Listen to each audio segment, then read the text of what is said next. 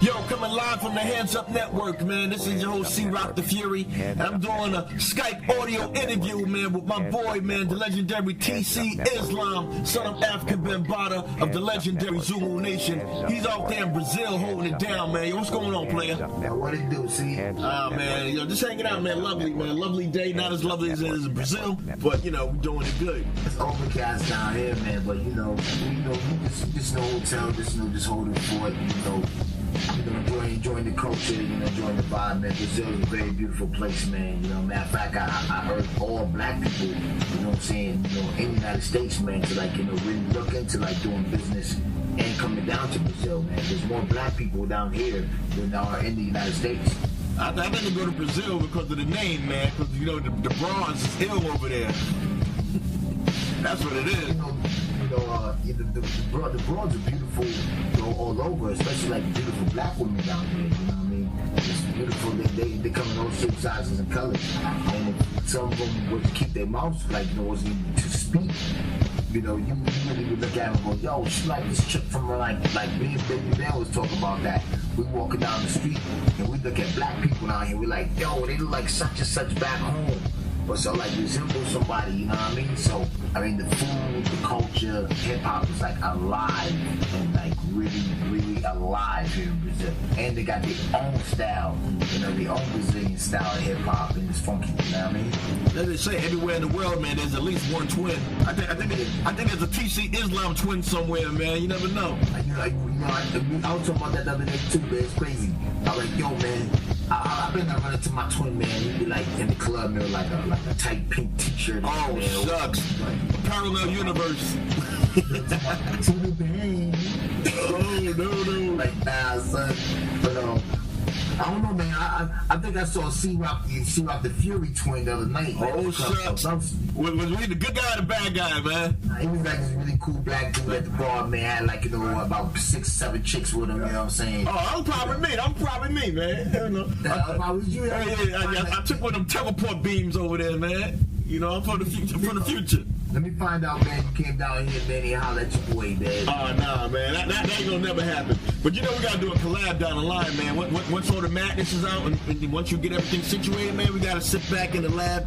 We gotta make something funky, man. I got some ill production coming out of Scandinavia, man. Yo, we can make a sick track, man. Well, yo, anything that's hip-hop influence, man. Absolutely. I'm always down to HipStep it up to give it that little... You know what I'm saying? That's what's up.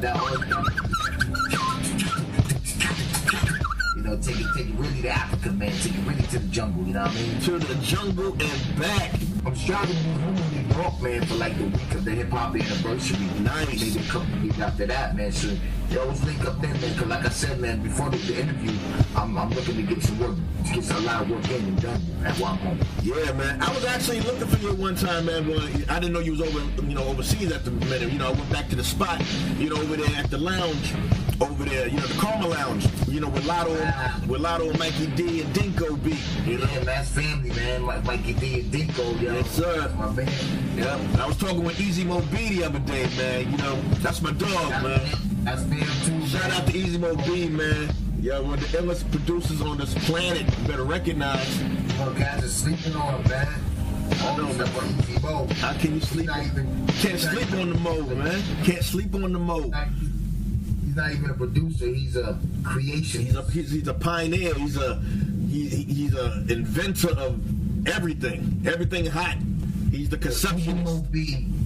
Easy Mo B is the reincarnation of a bebop cat that didn't finish his work. Yep, absolutely, man. He came back to Easy Mo B.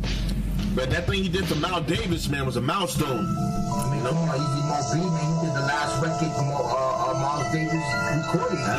Miles. Absolutely, man. You know what I want, man? That's not only the story, man, but that's not only the story, man, but that's a blessing, man, to know that you made the last record with one of our greats, man. Yeah, man, he'll be etched in stone for that forever. If not for anything else, definitely for that. But, he's one of the best producers in my book.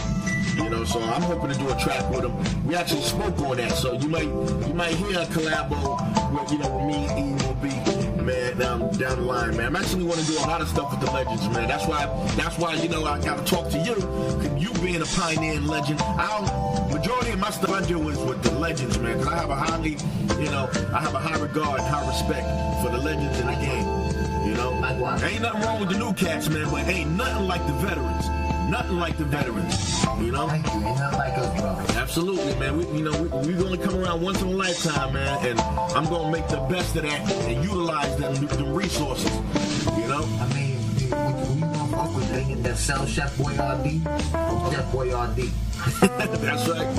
That's right. The chef, man. And I ain't talking about them spam cans neither. I'm talking about the real authentic cats. You know, shout out to all the veterans, man. Shout out to the ZULU Nation, by the way, man. Big ups to the ZULU Nation. But what I want you to do, I just want you, you know, I want you yourself in your own words to break down, man. Give a little synopsis, man, on the TC Izlam history, man. Because I think cats want to know about you, man. They always hear about ZULU Nation, but we need to know the ins and outs, man. Tell us about the TC, man. Chief frequency to the love degree. And I came from being TC Iz. That's right. Prior to that, TC Izlam. And prior to that, TC Izlam with the S. My hip-hop life is what you would call hip-hop.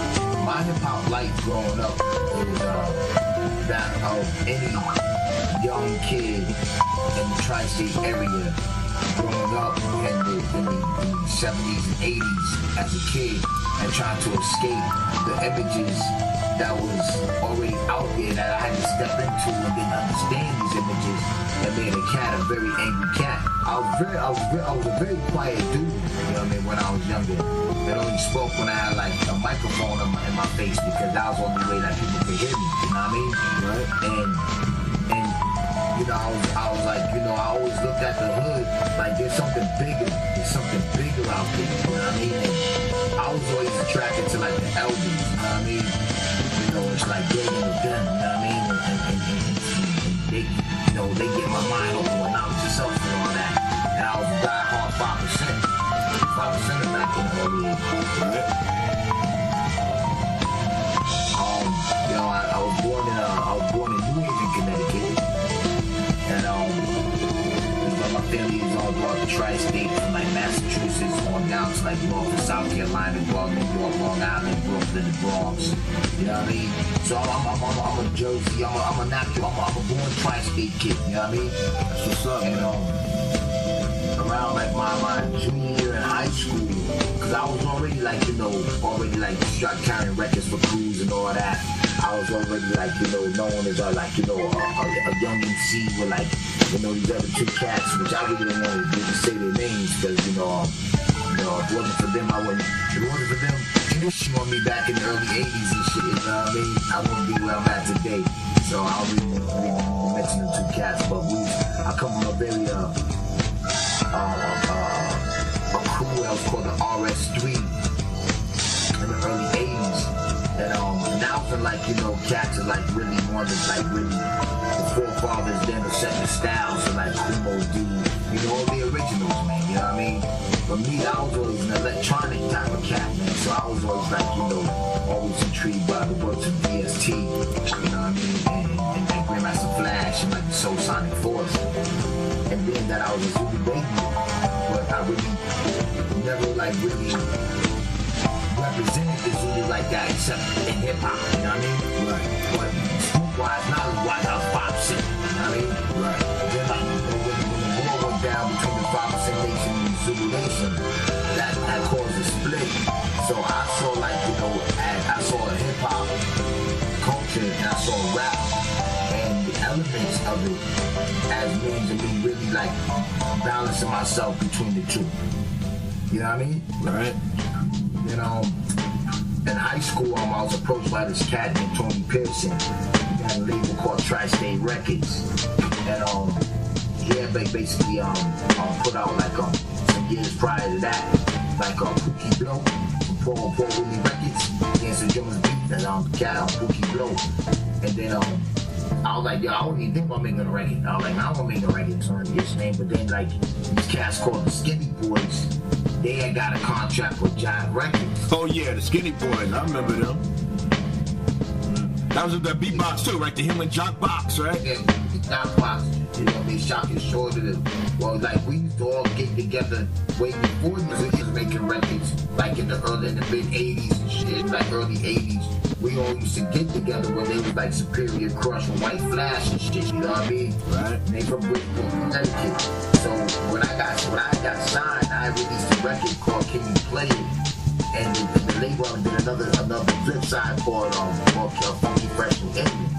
Now we all know back then, you know, we were going around getting radio play and record pools and shit. You know, the albums back then, you know, it was a lot different than it is today. And they was like having DJs paying DJs to play the B side more than the A side. Yep. That in turn, that somehow, you know, got me known all throughout my England and shit, the tri-state and shit, gigging shit with TFO and, you know, and a lot of other cats and shit, opening up and shit, you know, and then I had my Puerto Rican DJ Doc Scratch, you know, so we like the first like black and Puerto Rican, like, you know, DJ crew, cause we really like, you know, my mentors like Realize the Cats. Just so the people understand, when you say that Doc, are you talking about the DJ Doc that was also with Boogie Down Productions? Is that the same DJ Doc, or is that a separate DJ Doc? It's a separate DJ Doc. My man Doc Scratch, he from Connecticut, bro. I ain't seen him in years, man, since like, maybe like 89 or something like that, but that was my original DJ, you know what I'm saying? And then, something that occurred during like the release of like after the video of my second release of my project, this cat got murdered, you know what I mean? And the cat, one of my boys had murdered him with my gun. So that kind of like, you know, threw a whole fork in the road with my career, and like the stuff around me 87, you know what I'm saying? And you know, I really like, you know, I really didn't like rapping put a bad taste in my mouth. The hood, I put a bad taste in my mouth. So I started going to a different direction and started really taking some time away from like the music and all that. And still doing the music, but focusing more and more ZULU Nation activist role. You know what I mean? Right. This is part 1 of the interview with me and my dog TC Izlam, a.k.a. T Frequency to the Love Degree. We couldn't get the whole thing on because of limitations on the length, but there is a part 2 of this interview, so make sure you check out the link, part 2.